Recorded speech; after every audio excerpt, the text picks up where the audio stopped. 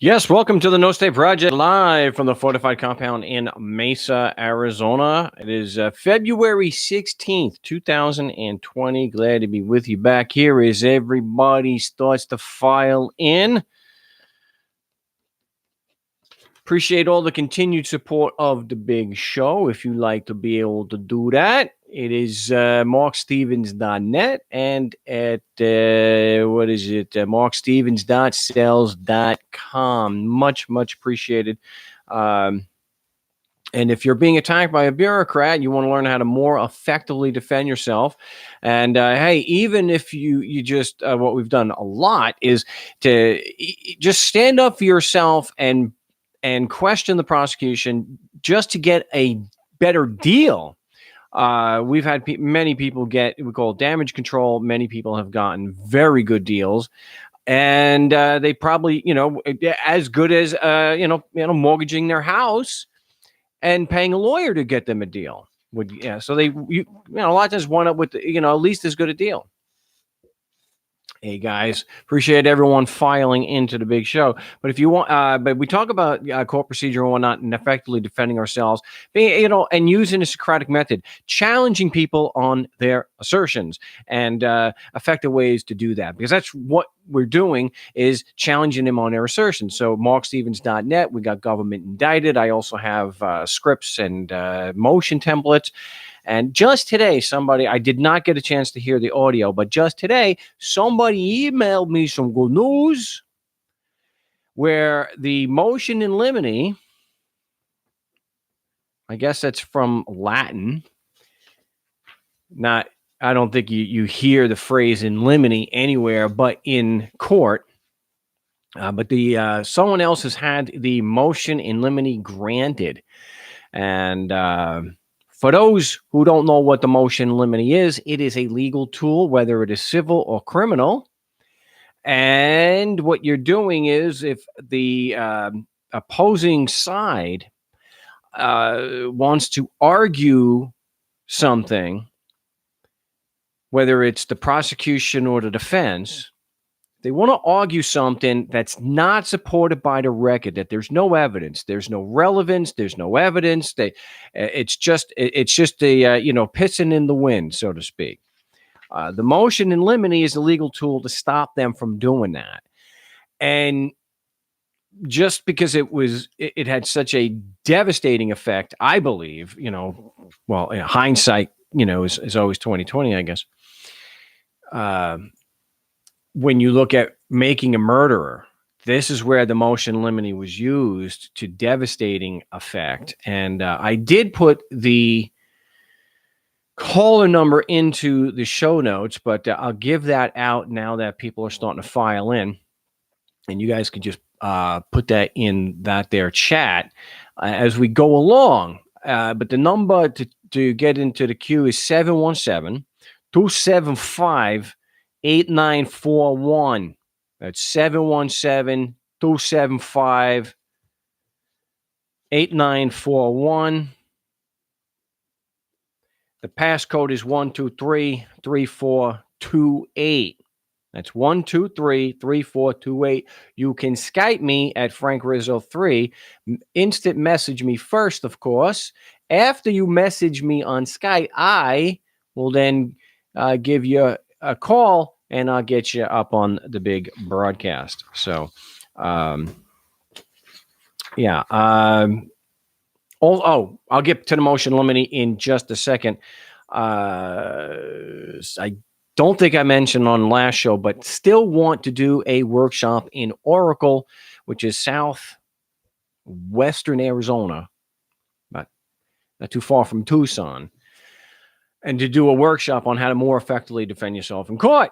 So if you were interested in that, let me know. markstevens@mail.com. That's mail.com, not Gmail. So markstevens@mail.com. You can always get me through the website, markstevens.net, and Frank Rizzo 3 on Skype. And if you want to join on Skype, like I said, instant message first. Yeah, what's shaking? Yeah. Hey, just got another big show to do. I'm glad that I released the video. I guess it was yesterday. Finally, uh, regarding the 4 success stories and the train wreck. And you mentioned shaking. I don't know what the hell's going on with that video, but there's a minor shake in some of the graphics. I don't know. It gets the job done, though, right? Nobody's listening or watching the show because they love the production value. Because, well, that's kind of reflected. Anyway, so yeah, if you haven't seen it, check out after the show. Check out the 4 success stories and the train wreck. Which actually, I got to mention one thing here. I think I got one of the stupidest YouTube comments, and I kind of thought maybe it was just sarcasm, because the depth of the stupidity of the comment is like off the charts. And again, it's because I get it and I look at the phone, and I was like, this has got to be sarcasm. Apparently, and this was in on the video yesterday for the traffic, because the traffic tickets were criminal. And apparently I am an idiot or a moron because I said that the traffic tickets were criminal, the proceedings were criminal. And so somebody was saying that they're very versed in the law, very versed in the law. And he knows that I'm an idiot, because being so very well versed in the law, he knows no traffic is criminal. And that's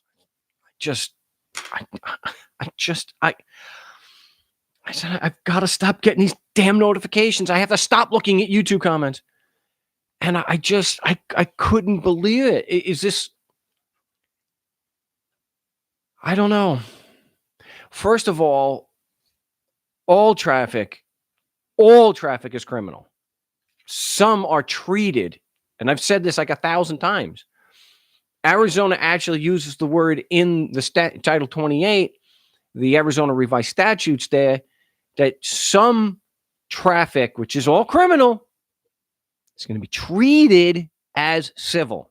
So the example I give, I can treat you like a child. It doesn't make you a child. I'm just treating you that way. The idea that traffic isn't criminal. DUIs are traffic. I know the first DUI in New Jersey is no longer considered criminal, but DUIs are traffic.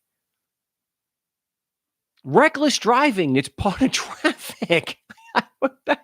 You have speeding tickets. They don't all start off as criminal, but if you are going 20, depending on the jurisdiction, if you're going 20 miles an hour over the posted limit, you've now crossed over from an infraction or a civil matter, being treated as a civil matter, and now it's a full-blown misdemeanor. I would like to think, I want to retain some faith in humanity that this is not, this is sarcasm. Just somebody who's playing, trying to be funny. So you have failure to produce ID, which is a traffic rule, a traffic statute. It's in Title 28 here in Arizona. I don't know where the hell it is in, most other places, but you have failure to produce ID. It is a misdemeanor. You can get up to a year in jail and $2,500 fine.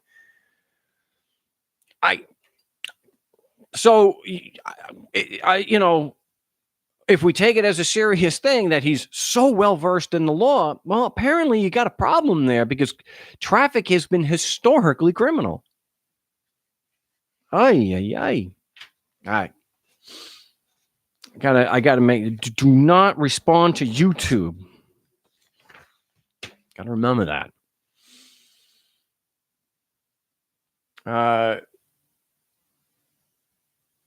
Yeah, if only people would apply common sense and respect for others' lives, would make the road safer. Yeah, I thought I was going to get into an altercation the other day. I'm coming out of the airport.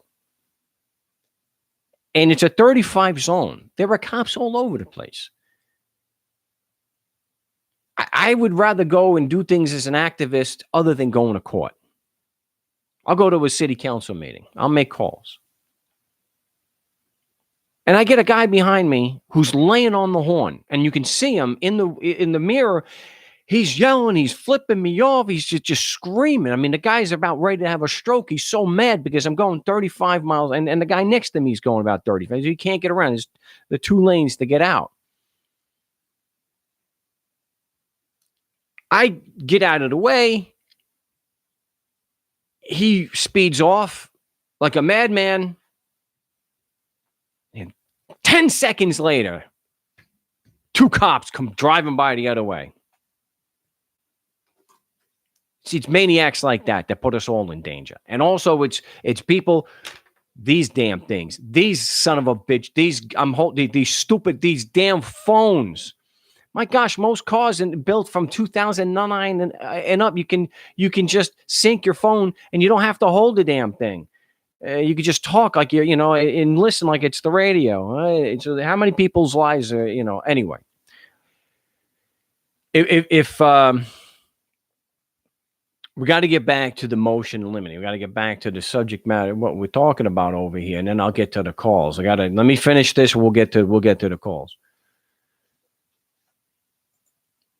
The motion in limine, when it was used in the Making a Murderer in that series in Wisconsin, this was a murder trial and an accessory that the nephew, Dylan Avery, was an accessory, and he helped cover up the murder allegedly for his uncle. I think it was his brother, and his uncle took the fall for it.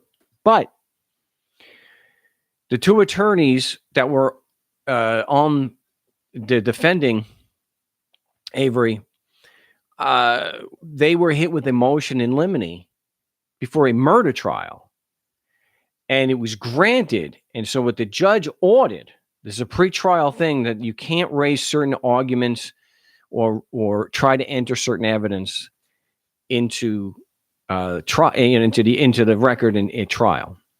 And they were not allowed to present any evidence to show that somebody else may have committed the murders. That's a legitimate defense. You can show probable cause.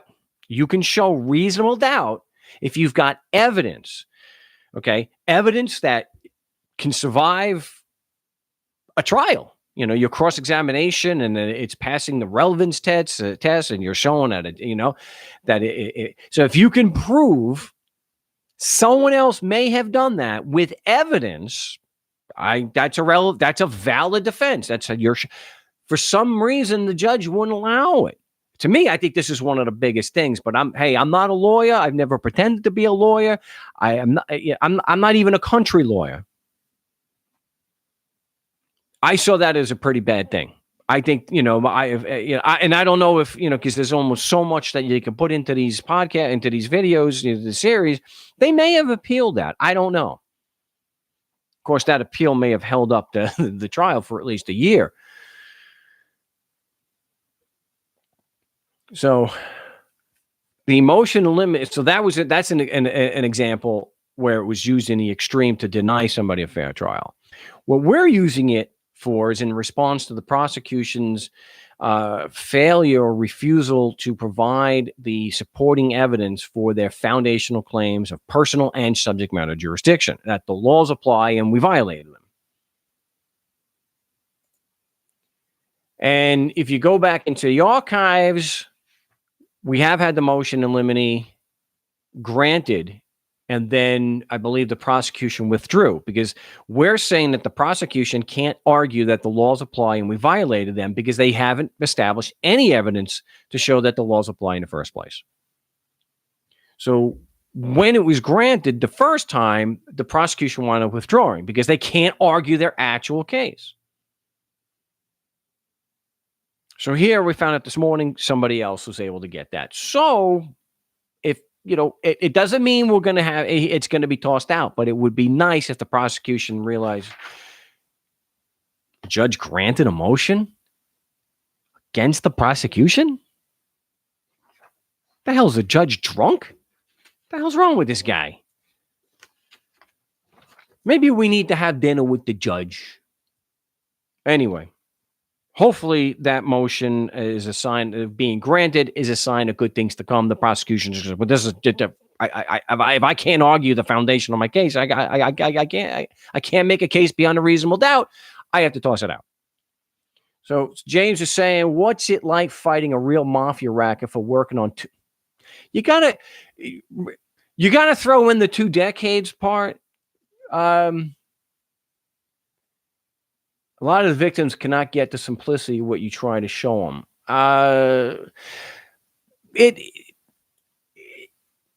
There's a lot of conditioning and there's a lot of fear because your family's going to tell you you're just going to people that's ridiculous. You're just going to piss off the judge, and if you piss off the judge, he's going to throw the book at you.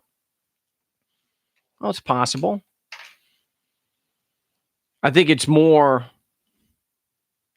the conditioning and the fear that keeps people from doing it. I mean, very few people have actually confronted, city councils with this information, even in an effort to prep for court. So it's a very intimidating process by nature. And you're talking about if we're dealing with somebody who's 40 years old, they've got 35 years of conditioning. And they've got people telling them it's crazy. And so, you go back to the Ash conformity test. It's very difficult to go and break from the pack and question things. It's not a very comfortable thing for you to have your family thinking you're crazy and you're going to make the situation worse for yourself if you actually ask some questions. So, people revere their chains. So thinking apart from the crowd, actually challenging things, not accepting this notion that, well, the cop can only testify to what the laws say. That even if he's saying that the laws apply because you're physically in Arizona, he can't actually discuss those things. He can only talk about what the laws say, not the Constitution, just the statute. And I'm saying, and I have gone, I guess you're right there, James, for 2 decades practically, that I don't accept that that's as far as I can go. That for some reason, if I decide I'm going to question him on the foundational claim they are actually making, that I can't do that for some reason because it's somehow a political question. Who'll determine that? And it doesn't matter to me what the nature of the question is. I mean, what the nature, if they are making the claim of whatever stripe, they bear the burden of proof. And it's not fair if they can make a foundational claim that I can't challenge. The idea that I reject this thing, and I've got plenty of case citation, plenty of documents. I just posted 4 more where we've been successful. And not a single one was because the cop didn't show up. Of these 4, where we've been successful going beyond that. We're only taking the claim that they are presenting. And I reject this notion that I can't challenge that. Well, you haven't been to law school. If you went to law school, you would know. Well, most should admit that going to law school or going to a certain is going to focus your attention. You're going to have a certain focus. They focus on step 2 and beyond.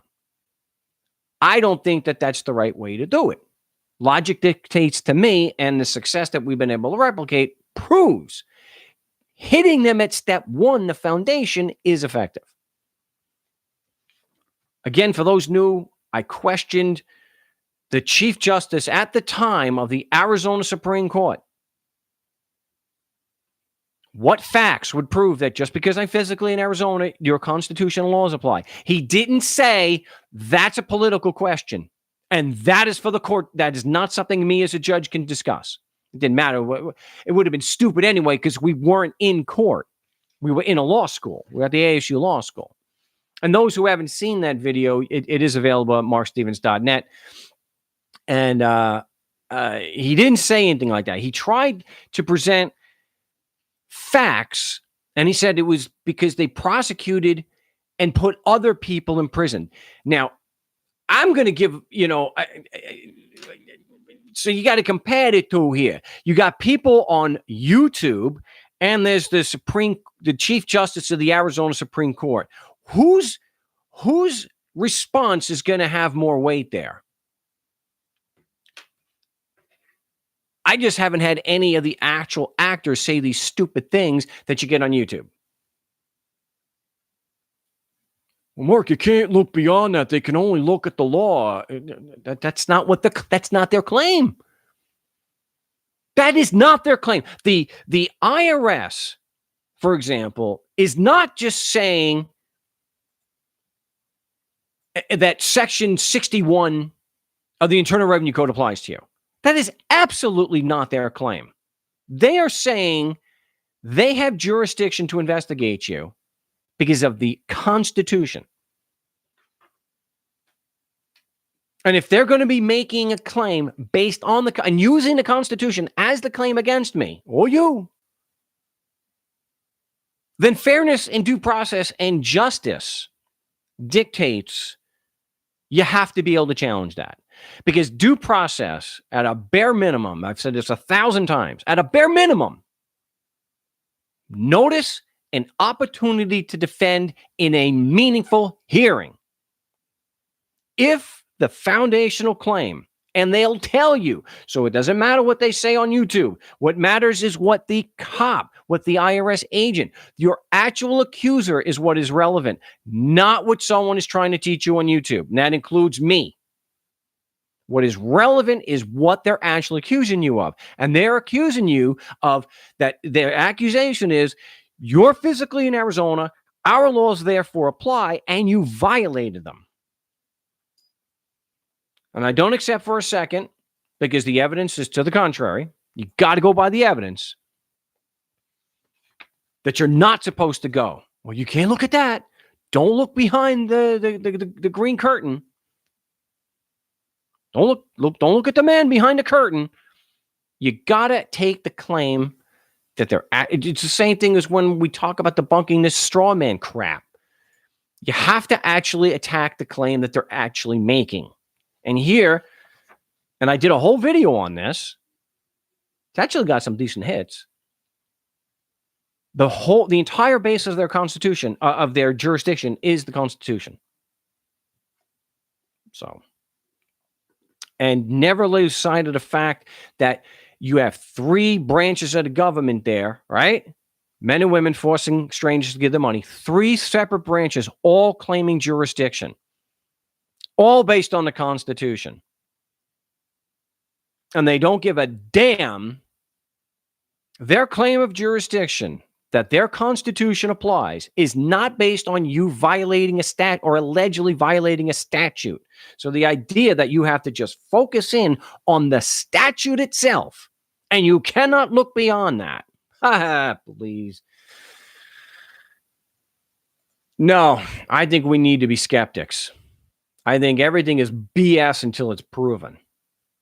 And the older I get, since I'm doing this almost 2 decades, the more relevant and important that seems. That's why you could just start filtering stuff out. There's a lot of crap out there. James is saying, I bought your first book when it first came out. Wow. And it made it even clearer. I appreciate that. Thanks for, and yeah, the brainwashing is strong. Even when people admit that the logic is dead on, the facts are dead on, they're afraid for you or for them, to do anything to stand up for themselves this way because they feel it'll piss off the judge. Well, I know from almost 2 decades, yeah, some judges do get upset. Some people, some start raging. You sit there hoping that one of them will have a stroke. Maybe they'll realize, wow, maybe ranting like a lunatic is not the best way to go. You would think. You would think. But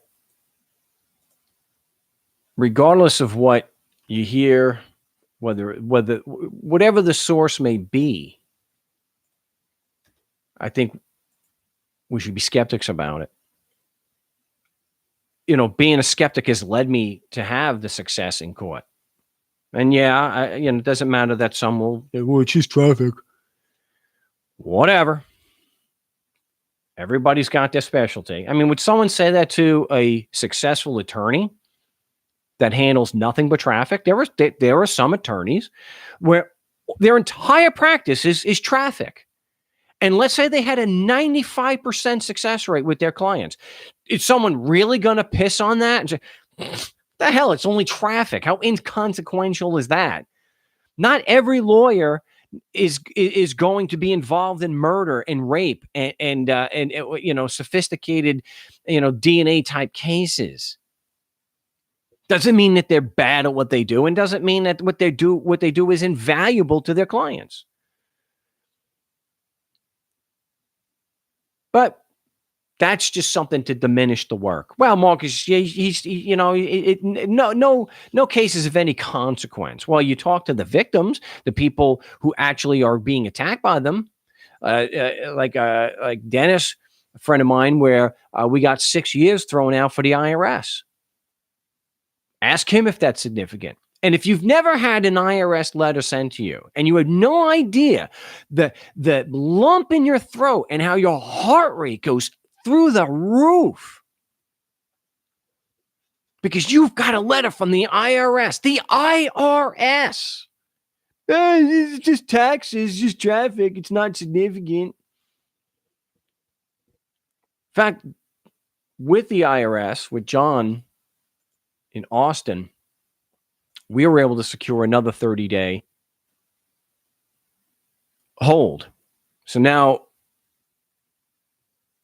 we'll have 60 days total where they have not escalated. And I think that's significant. And I've known a lot of people that were attacked by the IRS, and anybody who's ever had the IRS in their lives knows you get that back, then the back off. You just get a temporary hold. Wow, that is a huge burden off your shoulders. But comments like that are just to diminish the work. Well, if it was really serious, well, one, I don't recommend, and I would never suggest that anybody do this in a murder or rape or a serious crime like that. You need you're going to have to defend this on a lot more than jurisdiction. And I certainly, look, it comes down to this.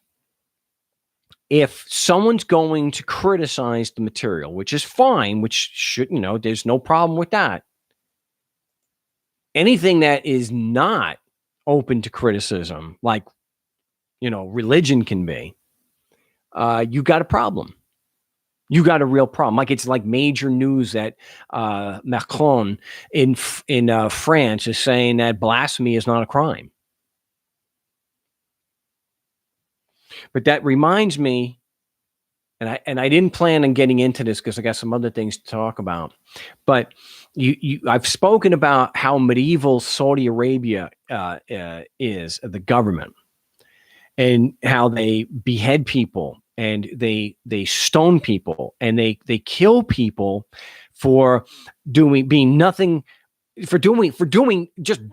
homosexual. They kill people in 2020 for doing nothing wrong or evil or causing any damage at all, just for being homosexual.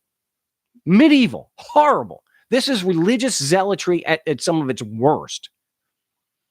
But then I heard a report out of India.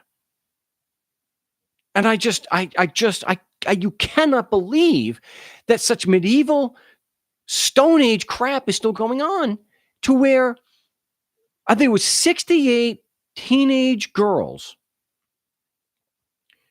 all under the age of 18. These are school children, were ordered to disrobe completely and prove they were not on their period. Oh my gosh, because of some religious zealotry, some Hindu thing. I know Judaism used to have that too, where the women folk, they're in their time, they had to be separated because they were unclean. Oh, come on. So in 2020, not the year 20 or 2020 BC, 2020 of the Common Era.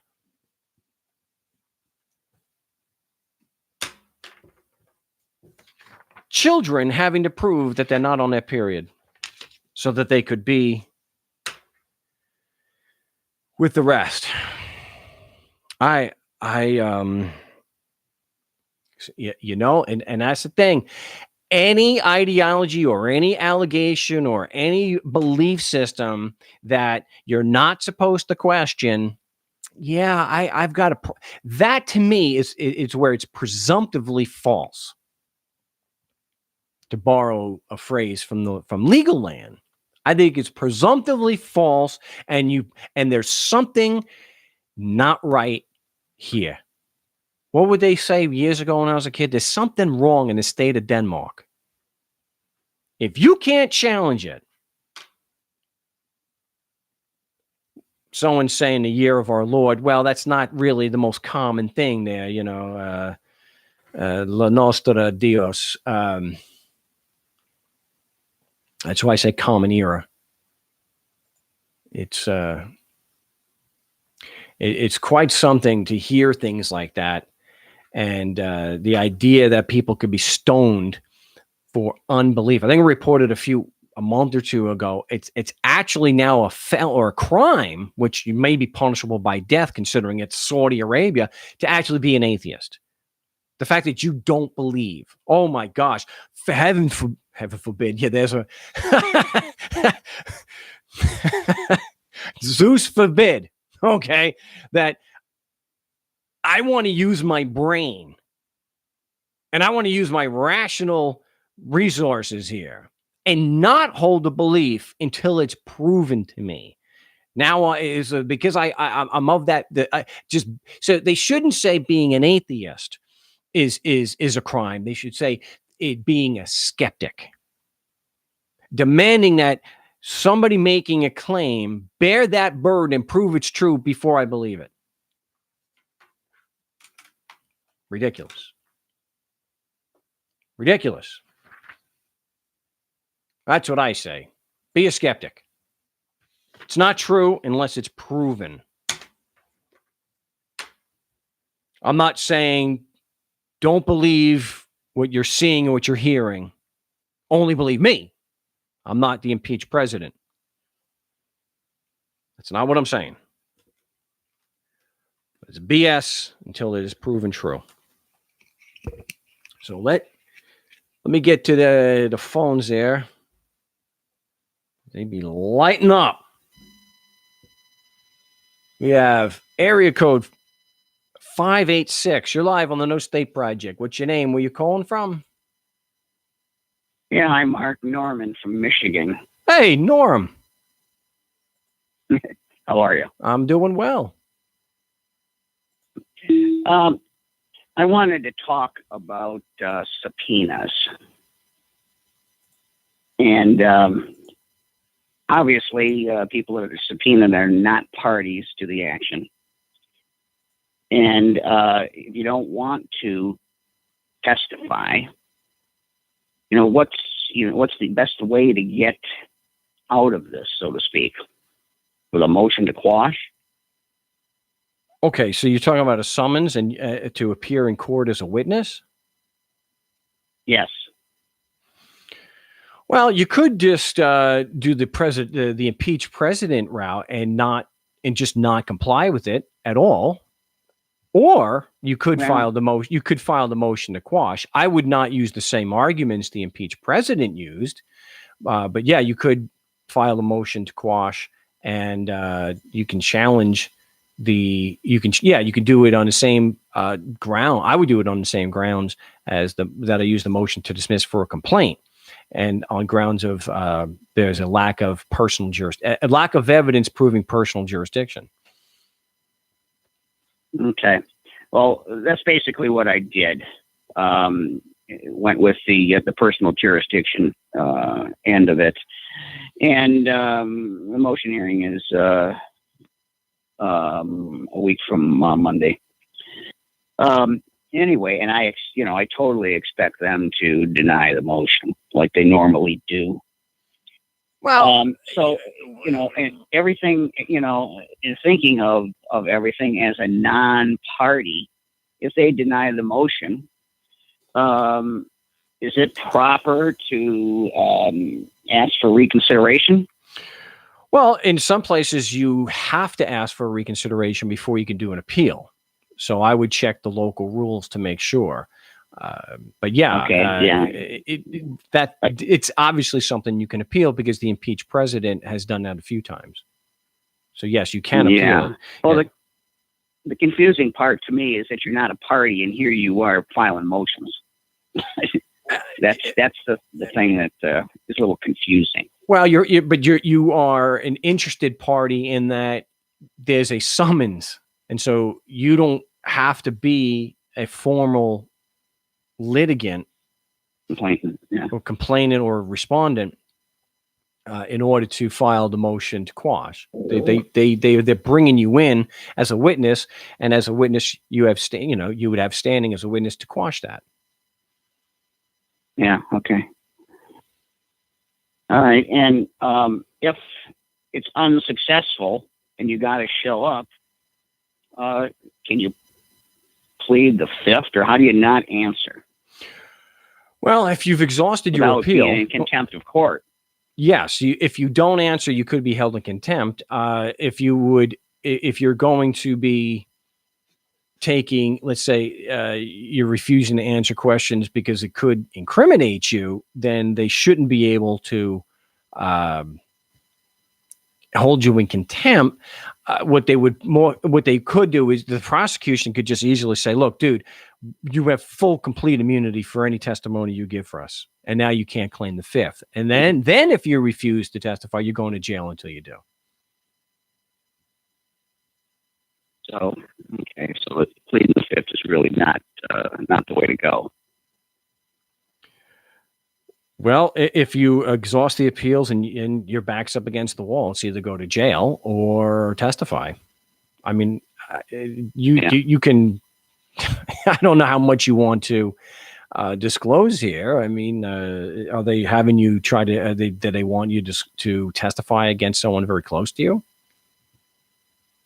Well, an acquaintance. The situation was that there was a fight that broke out, and a friend of mine got arrested. And so they want, they're asking everybody to testify against it, testify. And obviously it's going to end up being testifying against them. That sucks. Get out of that situation. Well, from a non-legal standpoint, did this acquaintance, were they not acting in self-defense? Well, he says that he was, but it was a couple people were involved, and it started out in a bad way, and he was in the middle of it, and he was the biggest guy around, and he just started hounding people to stop, in the situation. Well, and he's the one that ended up getting arrested for assault. And you think that if you testify truthfully, it would only hurt him, even though he didn't start it. And you believe that if you testify truthfully, it'll hurt him? Well, I just don't want to get in the middle of it. Yeah, I don't see any reason to want to testify one way or the other. I don't think it's going to help him, because my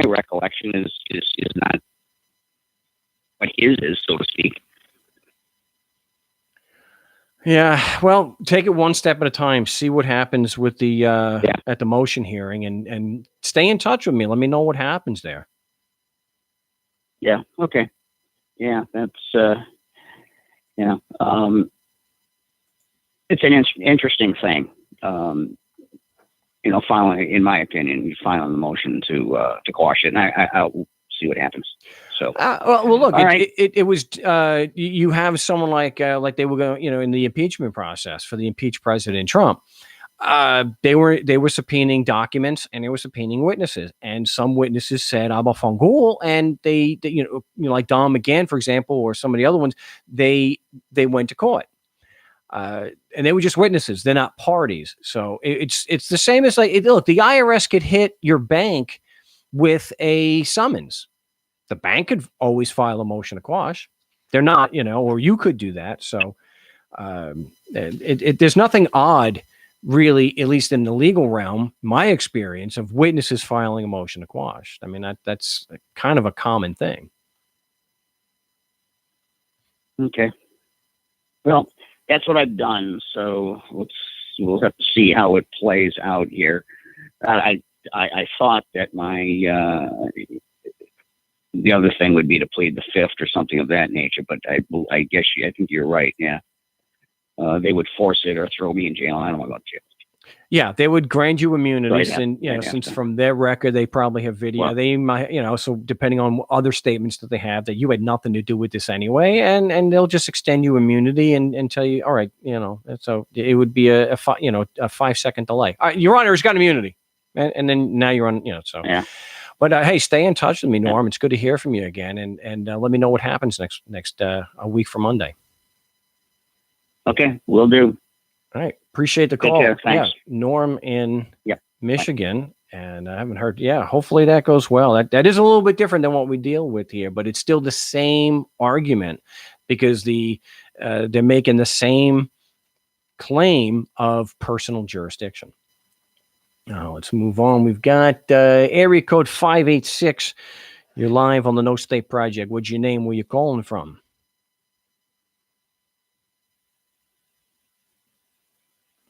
Right. Area code 986. You're live on the No State Project. What's your name? Where you calling from?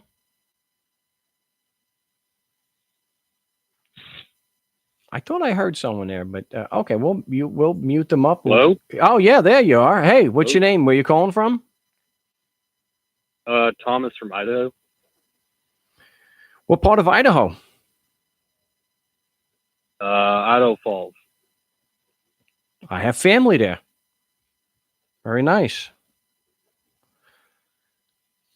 Yeah, so I just got back from a motion hearing for reconsideration that got denied, and I have a couple questions because some stuff came up. So at that motion hearing, basically they had an amendment to the witness and the exhibit list, and now there's an expert witness, a drugs forensic person. And I don't know how to deal with. I haven't seen any of your material on how to deal with an expert witness. What's the nature of the charge here? Marijuana possession.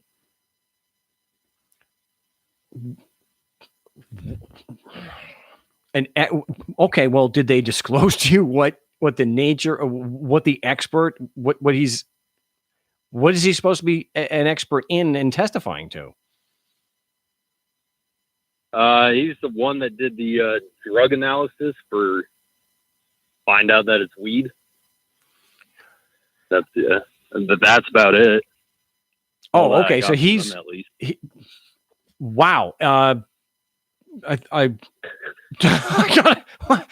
on one hand, I'm not surprised this is happening because it's Idaho, where we were talking about religious zealotry before. Okay. Oh my gosh. Where do you? So he's being called as an expert just to testify that it's actually marijuana that they found. Yeah, from what I know, yes. Holy crap!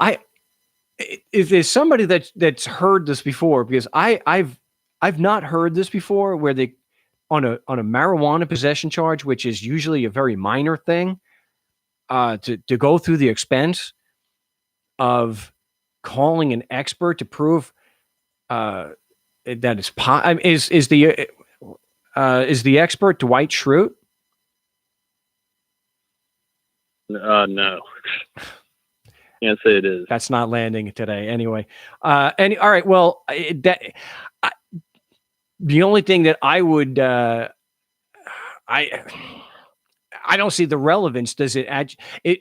All right. Just remember that it's a two-step, it's a two-element charge against you as far as the possession, because they're saying that the laws apply because you're physically in Idaho and you violated them because of this, the plant product there.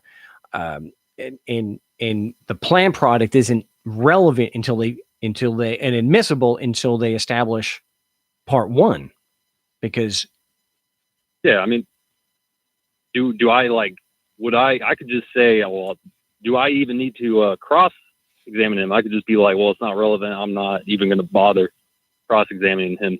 I'm just going to focus on the cops and I don't even care about that because it's not relevant. Well, it's not relevant, but I certainly wouldn't just let it go and not cross-examine him. I would do all my objections, obviously, before he was put on the stand. And I would ask him, in your expert opinion, does the fact that that's marijuana prove that the laws were applied to me?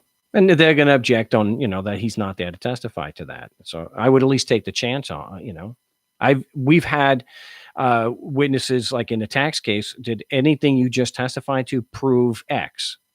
And sometimes, we had in J-Back's tax case, he asked the expert witness who had just testified to all the financial documents, did any of what you just testified to prove that there was a tax liability? Well, no. So they may actually let them answer the question, but I would still at least, make the effort to ask the question. But definitely before they're on the stand, I would be objecting because they haven't shown any relevance for the testimony yet.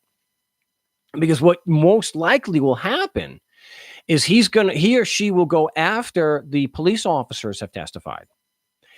And if things go the way they normally go, and you are asking the police officer questions about his determination of probable cause, of course, in jurisdiction, and when you ask for the facts to support that claim, they say that the witness can't testify because they're not qualified, or it calls for a legal conclusion.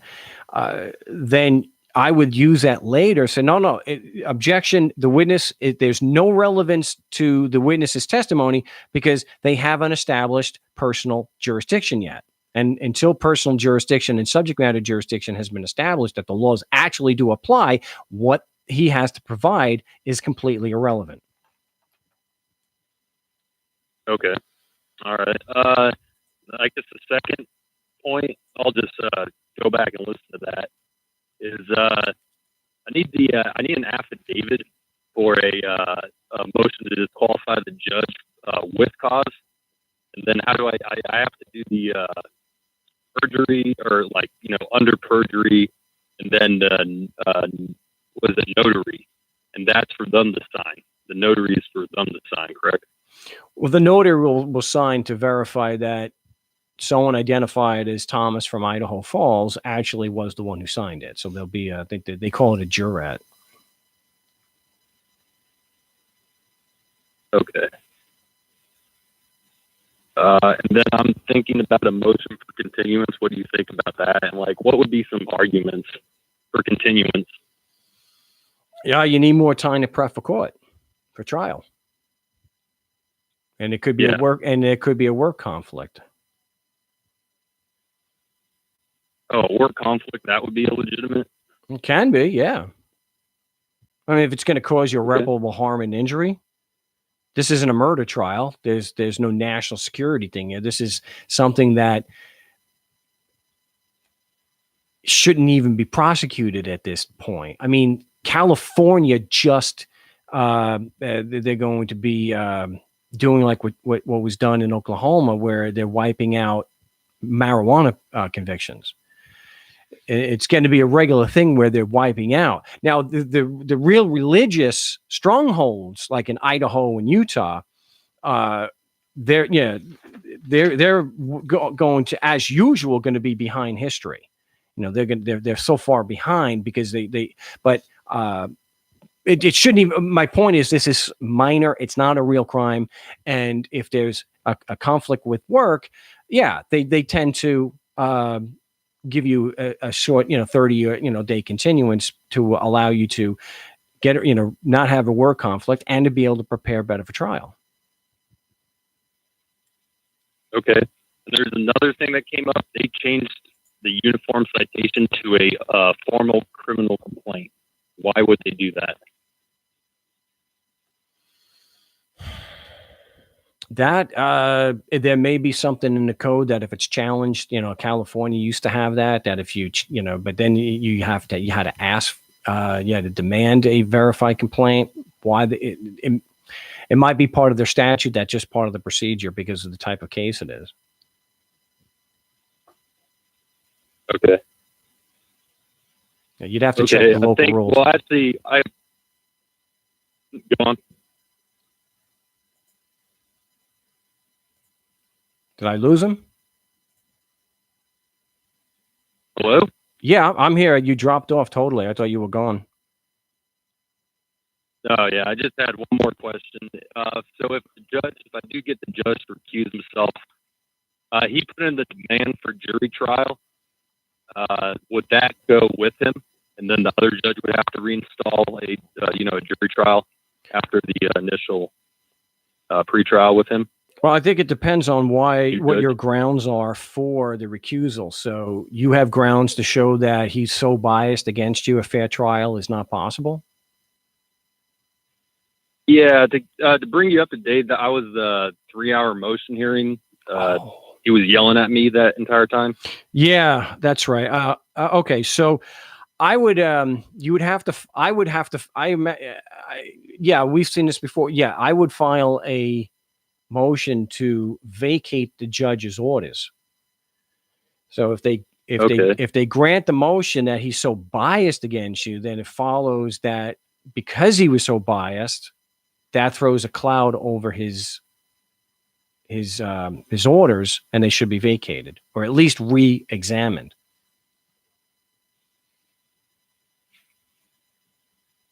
Okay. Yeah, that's all all the questions I had. So just the motion to vacate. Would you have a motion to vacate, or? I think that's the only motion to vacate. I might have something like that. Yeah, contact me off air, and I'll see what I got. All right. Thank you for your time. Hey, you're welcome. You're welcome, and good luck. Let me know what happens. Okay, I will do. I appreciate it. We're not going to get any more calls here today. I think we're right near. We're getting to the end of the broadcast. I could get these stupid things off my head.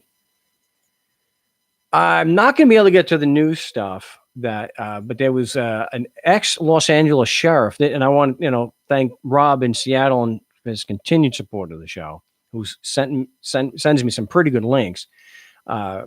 Ex-Los Angeles sheriff reports to prison for corruption. So I just briefly get into this. Former Los Angeles County Sheriff Lee Baca, has reported to prison to begin serving a 3-year prison sentence for a corruption conviction. According to federal records, Baca, 77, who was diagnosed with Alzheimer's, has been free on bail since appealing his obstruction of justice conviction 3 years ago. Oh, yeah, look at that. You think you and I would get that? But the U.S. Supreme Court declined his final appeal last month, and Baca was ordered to begin serving his term by Wednesday. Baca was behind bars of the federal court. See, look, it's great that this SOB is being held to some accountability, okay?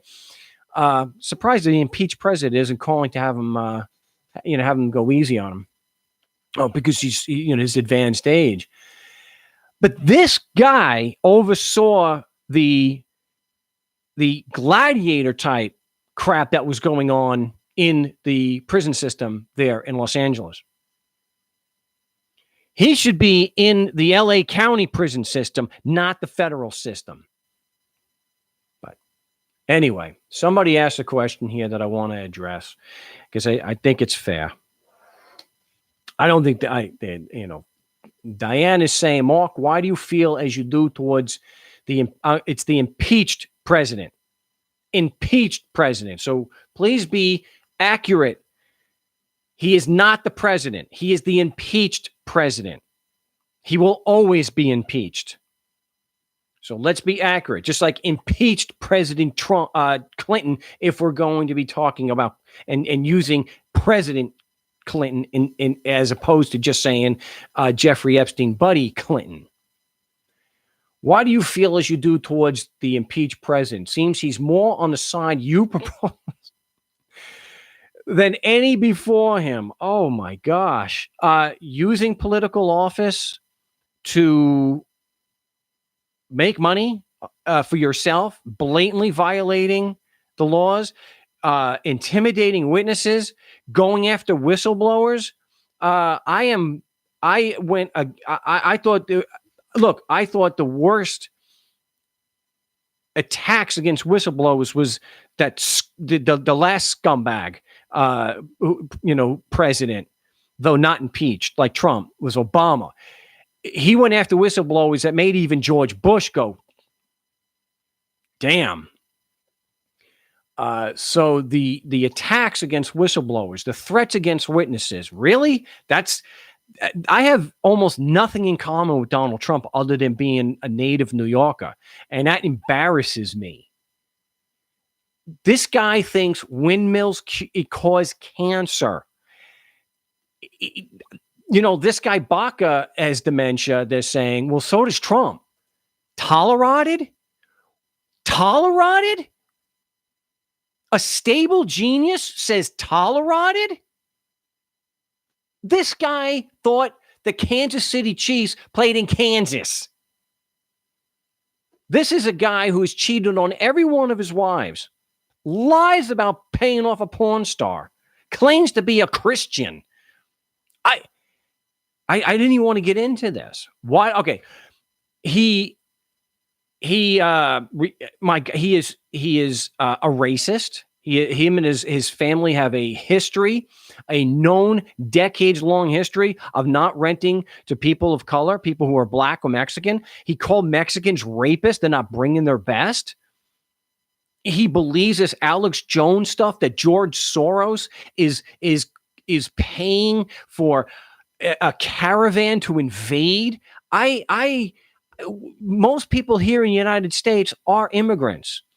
Okay. I am the son of not only Irish and Scottish immigrants, but I'm half Sicilian. My family came from Garini, Sicily. Okay. And I'm not against immigration, and I don't buy this crap. Oh, we just legal immigration. No. Most of the time, the laws about this is if Trump if I had anything in common with Trump, he wouldn't be so vengeful and so hateful towards immigration.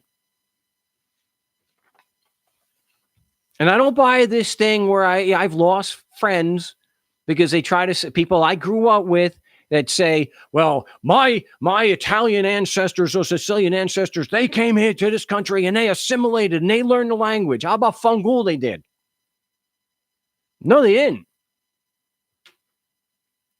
Every immigration group has fought against severe xenophobia in the United States, even the Irish, especially the Irish. The Irish had it horribly in this country. Horrible. Look what they did to the Chinese, for heaven's sakes. Every ethnic group that has come to this country has suffered severe hate and harassment. The largest lynching in American history was not against Africans. It was against Sicilians. You had hundreds. It was a murder of a policeman in in New Orleans. I think it was 1890 or 1891. And they blamed it on Sicilians. And they arrested every Sicilian male in the area, in the town that's part of New Orleans. They put 11 on trial for the alleged murder of this cop. They were acquitted because there wasn't a shred of evidence. Because just like with so many other ethnic groups, they're Sicilians. That's why you even had a joke in that movie, Only the Lonely, with John Candy, where the Irish John Candy is bringing home Ali Sheedy. He's going to make her dinner. And the mother says, you make damn sure that you wash my silverware. And if she's Sicilian, you wash it twice. So what they did after they were acquitted was that a mob of white Americans exacted their vengeance. And they broke in and they killed 11 innocent Sicilians. And Teddy Roosevelt, it was reported in a major newspaper, he thought it was a good thing because Sicilians were seen as less than human. The Italians were bad, but the Sicilians were even worse. So this xenophobia, this anti-immigrant crap is not something I have in common with Trump and ever will. If he thought the same way that I did, he would not be so adamantly anti-immigration. I think that's disgraceful. Absolutely disgraceful. So please don't lump me in with the impeached president. So I could sit here and spend 3 hours going over all the horrible things that this guy has done. He is individual one. Look, I grew up on Long Island. I lived on Long Island until the mid-90s when I moved out here to Phoenix. We all knew that Trump was a scumbag. We all knew that this guy cheated on all of his wives. We all knew he didn't pay his vendors. This followed him from New York. If you look, unless you're one of these people think, fake news, it's all fake news. He doesn't pay his vendors still. For most of his rallies, he doesn't pay. He owes hundreds and hundreds of thousands of dollars. But he has always done this. Always done it. He has always screwed his vendors. And I don't mean just by filing bankruptcy 6 times. He's a businessman. He'll run like a business. He lost more money than any individual in the world in the 90s. He filed bankruptcy 6 times. He doesn't pay his vendors. That's established fact. He cheated on his wives and paid off porn stars. And then he lied about it. He is individual one in the indictment for Michael Cohen, his personal attorney. The stable genius who sends his attorney out to threaten schools from releasing his transcripts and his grades. This idea, drain the swamp. How many of his associates are now in prison? I don't want to hear about the acquittal because McConnell said I have no intention of being fair. Same as Lindsey Graham. It was a sham. So that's why. What I don't get is why so many people give him a free pass. I think it's disgraceful.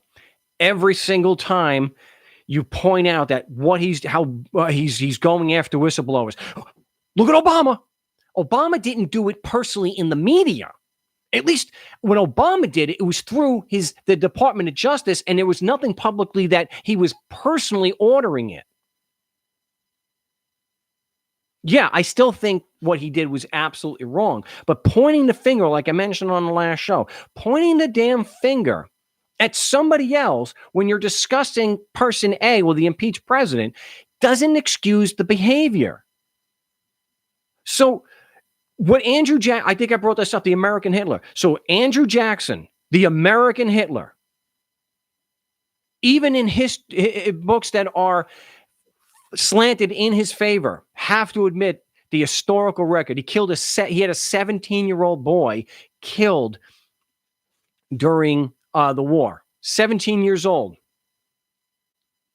But look at what he did to the Cherokees, which is why to this day he's referred to as the American Hitler. So because he was so horrible, Is that a free pass for everyone that follows him?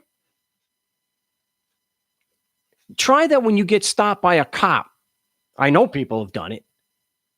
Well, what about this guy? He was going much faster than me.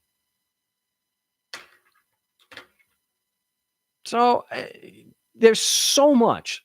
What's more to the point here, somebody has to explain to me why this guy who does so many awful things right in your face, who doesn't give a damn about anybody who supports him, never has, never will, why you're willing to excuse no matter what he does just because Obama might have done something. Obama is a war criminal. George Bush and his administration are war criminals. Clinton is a war criminal. And certainly the one who just died recently, George H. Walker Bush, war criminal. That he should have been in prison the rest of his life. But his fixer, I don't want to get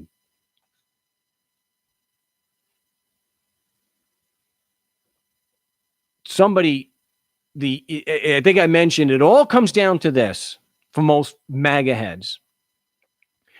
You give him a free pass because you're so brainwashed into thinking that Democrats or liberals are communists and are going to take your guns.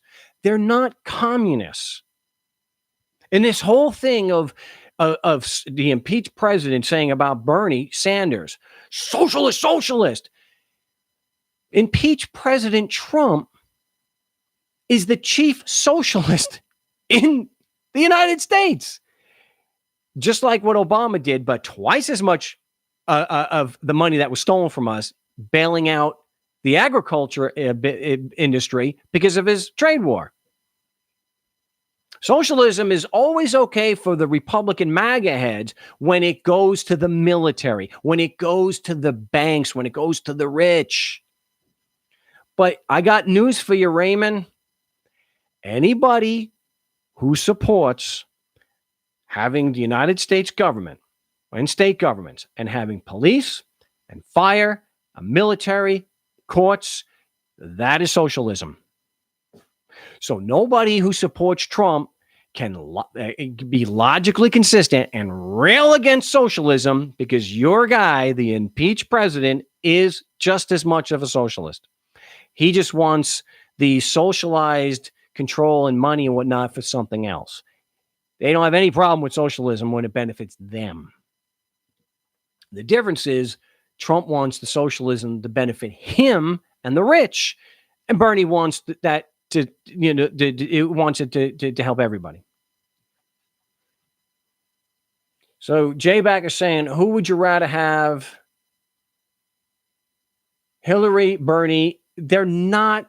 Well, one, Hillary is not even a candidate, but if I was a voting man, I certainly on a personal level and politically, Bernie Sanders is 100 times more of a human than Donald Trump. And he's not a communist. So let's just take a few moments here again. Communism is inherently violent. It is a violent means to getting to a stateless society. Just like Marxism, to me, they're really the same thing.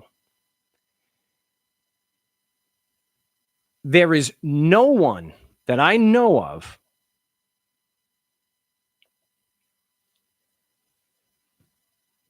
whether it's Bernie Sanders or Elizabeth Warren or just someone who's not in government, who's a Democrat or a liberal, that is advocating not only violent revolution, but statelessness. Somebody show me the clip of Bernie Sanders saying, after we use the tools of the violence of the government to take over the means of production, once we have achieved equality among the people, we will abolish the government. Somebody send me the clip of him actually saying that. Send me the clip of a Democrat or a liberal that they're not communist. They may be democratic socialists, But so is every Republican. So is every libertarian. No, I don't want to spend any more time. I thought they must be, whoever asked the question must be new, because I've explained exhaustively many, many times why I dislike the impeached president so much. He even said he was, well, it's not. All right. Well, we did cover a lot of good ground here today. I will get to more of the links that Rob in Seattle sent me, because there was some good stuff there. But it's nice to see ex-sheriff, convicted Sheriff Baca going to prison. Given his age, maybe he'll die in prison, which is a lot better than what he caused a lot of other people to have to suffer through. So it's always good when they eat one of their own and do something. You know how bad Baca must have been to actually be convicted, to be charged at all. So, but I appreciate Rob for sending me that. I'll get to the other ones. There was a TSA agent that I think that was fired and maybe prosecuted for leading women to bare their chest for examinations. So I didn't get to talk about that one, but I'll keep that for the next show. And anyway, appreciate everyone tuning in today. We will be live on Wednesday.